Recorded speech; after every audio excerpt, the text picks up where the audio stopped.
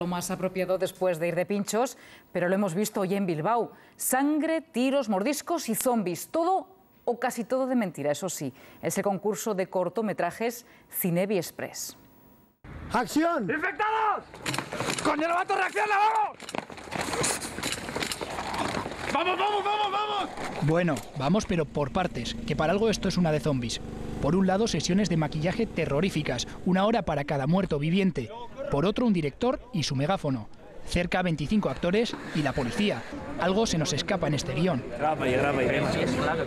Un pabellón en Zorrozaurre, una de zombies en Olabeaga, litros de sangre y actuación real, de la policía incluida. La culpa de todo esto es de ellos. ¿Qué tal, chicos? ¿Cómo va todo por aquí dentro?